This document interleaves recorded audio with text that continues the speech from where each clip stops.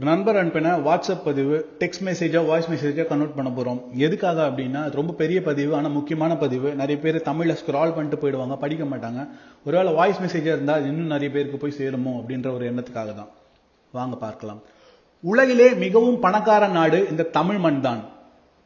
இங்க மட்டும்தான் 40,000 கோயில்கள் உள்ளன. அவ்வளவு கோயில்கள் ஏன் அவசியம் என்ன? சோழர் காலத்தில் தமிழ்நாடு தான் உலகத்திலே மிகவும் பணக்கார நாடு. சுமார் 40,000 கோயில்களை சோழர்கள் தங்கள் ஆட்சி காலத்தில் கட்டினார்கள். அன்று உலகிலே உயர்ந்த கட்டிடம் தஞ்சை பெரிய கோவிலும் கங்கை கொண்ட சோழபுரமும் தான். அப்பொழுது வட அமெரிக்கா தென் அமெரிக்கா கிடையாது. லண்டன் ஒரு சிறு மீன் பிடிக்கும் கிராமமாக 1066 நிறுவப்பட்டது.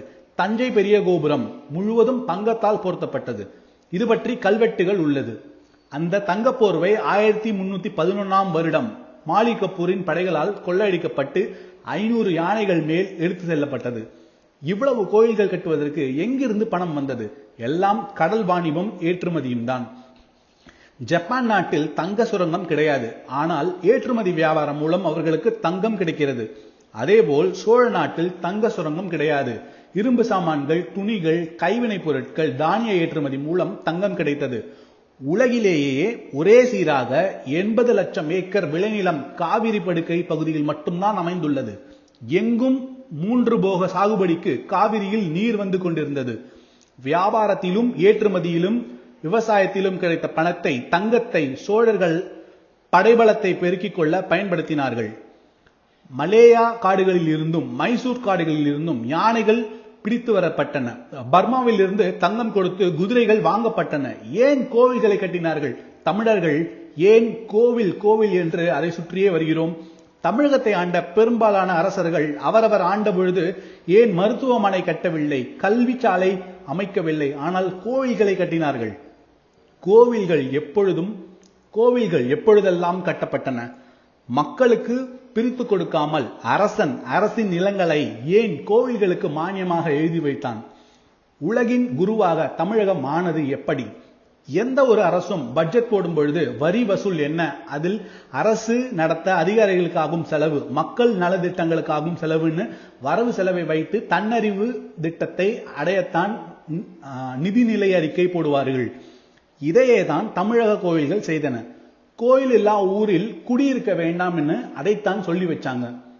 மன்னன் கோவில் கட்ட ஆரம்பித்தவுடன் கட்டுமான பணிக்கு அந்த ஊரை சுற்றி உள்ள கட்டுமான கலைஞர்கள், சிற்ப கலைஞர்கள், கல் தச்சர்கள் கட்டுமான பொருட்களுக்கான செங்கல், சுண்ணாம்பு போன்றவற்றை உற்பத்தி செய்வார்.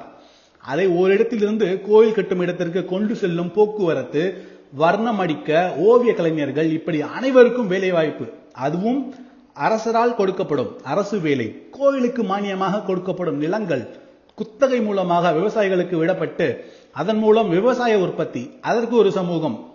பண்டம் மாற்று முறையில் தன்னறிவு பெற்ற பொருளாதாரம். கோவிலுக்கு கொடுக்கப்பட்ட பசுமாடுகள், அதை கவனித்தல், அதற்கு ஒரு சமூகம். இதனால் கோவிலுக்கும் அந்த கிராமத்துக்கும் பால் சார்ந்த பொருட்கள். நெய்வேத்தியம் சமைக்க சமையல் கலைஞர்கள், அதற்கு ஒரு சமூகம். சமையல் செய்ய, பாத்திரங்கள் செய்ய மண்பானை செய்வோர் மற்றும் உலோக பாத்திரம் செய்வோர், அதற்கு ஒரு சமூகம். அவர்களுக்கு தொடர்ந்து வேலை. நந்தவனம் மூலம் தெய்வத்திற்கு பூ மாலை மற்றும் அலங்கார சேவை செய்ய நந்தவனம் காப்போருக்கு வேலை, அதற்கு ஒரு சமூகம். அவருக்கு தொடர்ந்து வேலை இருக்க அதற்கேற்ப கோவில் உற்சவங்கள். மங்கள இசை இசைக்கும் கலைஞர்கள் ஒரு சமூகம்.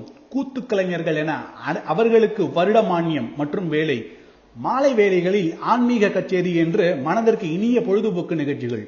தெய்வத்தின் வஸ்திரங்கள் நெய்ய ஒரு சமூகம், அந்த வஸ்திரங்களை துவைக்க ஒரு சமூகம். அவருக்கு தொடர்ந்து கோவில்கள் மானியம் மூலம் வேலை.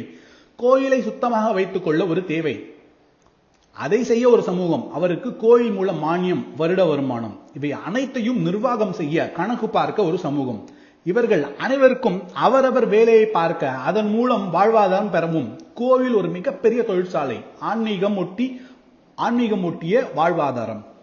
பெருவெள்ளம் வந்த ஊரே மூழ்கி போனாலும் கோயிலின் கோபுரத்தில் கலசம் மூலம் செறிந்த விஞ்ஞான அறிவுடன் அதனுள் 12 வருடம் வரை கெடாத அந்த கிராமத்தில் மண்ணுக்கேற்ப விளையும் விளைபொருட்களின் விதைப்பொருட்கள்.